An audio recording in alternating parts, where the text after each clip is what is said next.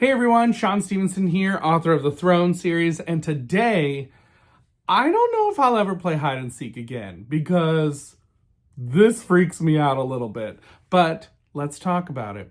I just finished reading book number 1 in the Ghosts of Fear Street series, Hide and Shriek. Now, this is R.L. Stine's Ghosts of Fear Street series, and if you've never read any of these books, these are based on the Fear Street series for YA audiences, but this was a middle grade series that came out about Fear Street. So they're all shorter books that are more like that Goosebumps length style, and sometimes they're a little longer than a Goosebumps, but this one really falls into that Goosebumps length. And this series was for middle grade students, and it is oftentimes way more spooky, in my opinion, than Fear Street is. Fear Street is really more like a teen slasher kind of storyline usually, and this one is often more spooky in their storylines. I've read, I believe now, 5 of the Ghosts of Fear Street books, and every single one I've read has had some sort of spooky element to it, so these are often much more spooky than any of the Fear Street for YA books. So this one in particular, book number 1, this one was a pretty fun one, I must admit. Now, none of these books were actually written by R.L. Stine. All of the Ghosts of Fear Street books were ghost written by other people, and this one is ghost written by Emily James, who really knocks it out of the park in my opinion. This is a pretty solid story. So you have this girl named Randy who moves into Fear Street. She's brand new at the school, and she hears about this birthday party for someone named Pete.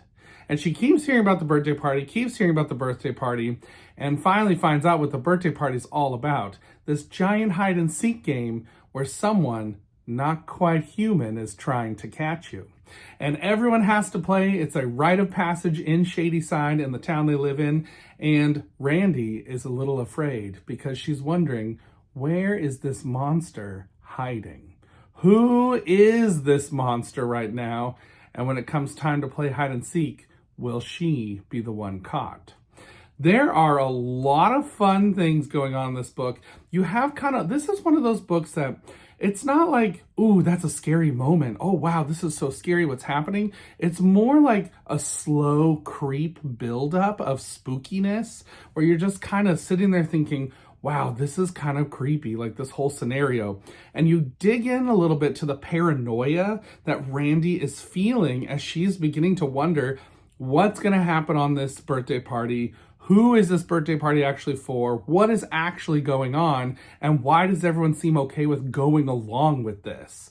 And I feel like those were some of the strongest moments in this book. That slow building creep of paranoia and just the disturbing nature of what is happening.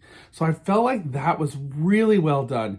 And I do think when we get to the time for the hide and seek game near the end of the book, it does not skimp out on that scene. That is well done. There is a lot of panic. I was definitely telling the characters, like, go, go, go, go, go. Sometimes I talk to books. I don't know if other people do that, but I often talk to the characters of the book saying, like, oh, come on, you gotta, like, think this through, or get out of there, or no, don't go in there. I often do talk to books, and I know how that sounds, but it's true. So I was definitely feeling like the panic through the writing, through the scenario of what was happening, and I felt like that made it really well done. Now, is this the scariest Ghosts of Fear Street book I have read? I do not think so. This one is not, I would say, something that's super, super scary, but it's like that perfect mix for a middle grade kid to read, and it's just a little spooky. It has a little bit of that horror to it, but it's not too much yet. It's just really in a great sweet spot. And I think this book really launches the Ghosts of Fear Street series in a way that makes a lot of sense. It just makes sense to start here and to start with a story like this. You do have quite a large surrounding cast of characters in this book. There are a lot of names, and for a minute I was like, oh wait, who is Sarah? Which one is Chris? Which one's Carla? Who's this? And so it was a little bit confusing to follow a couple of times. So I did feel like a couple of times It was a little hard to follow who was who, but after about maybe like 30 pages in, I kind of had it nailed down who was who. There are also some like other side characters, like there's some mean girls in the school that I kind of lost track of, and then I thought, wait, well, who is that again? So it's a little bit heavy on the characters, but we really do stick with Randy the entire time as it's told in her perspective. Now, I will say, this book also has the trope of annoying, bratty sibling that happens so many times in so many Goosebumps books. I don't think that this sibling was that annoying as compared to some others, like the sister in Bad Hair Day. She is one of the worst, in my opinion. This was not quite that level, but there is this running gag with the little sister that really got old really fast. And I kept thinking, oh, okay, we're doing this again, like again. So it kind of, that dragged a little bit too much for me. That gag just kind of went on and on and on throughout the book, and it got really old near the end. And actually, the twist that I thought might happen did not actually happen. And I thought about it later and I thought, oh, I actually feel like that would have been a better twist. There are some good twists and turns here. There's some good misdirects. There's some good questions that you're wondering the entire time, like what's actually going on, who is doing what. So that was good, but there was one point near the end where I thought, oh, I know what you're going to do. And it was exactly what I thought. But then there's a kind of secondary climax that I'm not going to say anything about that I thought was really interesting. And at first I thought, oh, where did this come from? Like, this seems kind of out of the blue. Like, you haven't, oh, wait a minute, you did build this up throughout the book and I didn't notice.